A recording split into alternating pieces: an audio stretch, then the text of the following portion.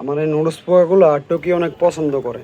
আমার অ্যানিমেলগুলোর জন্য আমি চাষ করি পোকা, যা থেকে আমি মিটাই ওদের প্রোটিনের চাহিদা। এর পাশাপাশিও আমার ইচ্ছা আছে এবার বাণিজ্যিকভাবে আরো ব্যাপক আকারে এইগুলার চাষ করা। এই ভিডিওতে আপনাদেরকে দেখাবো কিভাবে বেশি পরিমাণে ওদের উৎপাদন করা যায়, ওদেরকে আমি কি সেটআপে রাখি এবং কি কি খাবার দেই, কিভাবে যত্ন করি। চলুন কথা না বাড়িয়ে শুরু করি। আসসালামু আলাইকুম, সবাই কেমন আছেন? মেনরনগুলো দেখতে এরকম হয়। ওদের পুরো লাইফটা 4টা সার্কেলে ভাগ করা যায়। ওরাম থেকে ওরা পিউপায় পরিণত হয়, তারপর ওরা মাদার বিটল হয়।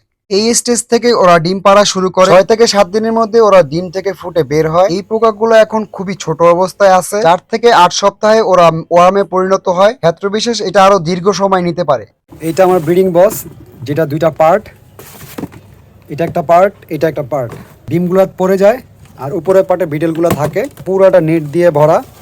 ওদের বক্সগুলোতে গমের ভুসি দিয়ে দিতে হয়, যেটা ওদের হাইডিং প্লাস খাবার হিসেবেও ব্যবহার হয়। উপরের পার্ট যেখানে মাদারগুলো থাকবে ওইখানেও আমি গমের ভুসি দিয়ে দিলাম। তারপর বিটেল পোকাগুলো ওইটার বক্সে ছেড়ে দিলাম। দুইটা বক্স পদ্ধতির সবচেয়ে বড় সুবিধা হলো বিটেলগুলা যখন ডিম পারে, নেট দিয়ে ডিমগুলা নিচের দিকে চলে যায়, ওরা খেয়ে ফেলতে পারে না, যার কারণে বাচ্চার পরিমাণও খুব বেশি পাওয়া যায়। তবে মেল ওয়ার্মের সবচেয়ে বড় সুবিধা হলো ওদের সবগুলাকে এক বক্সে রাখা যায়। একটা নির্দিষ্ট সময় পরে ওয়ার্মগুলা বিটেলে পরিণত হয়ে নিজেরা ওইখানে ডিম পারে। খাবার হিসাবে ওদেরকে আমি গাজর এবং আলু দিয়ে রাখি। আপনাদের কোনো প্রশ্ন থাকলে কমেন্ট বক্সে জানাবেন, আপনাদের প্রশ্নের উত্তর দেওয়ার চেষ্টা করব।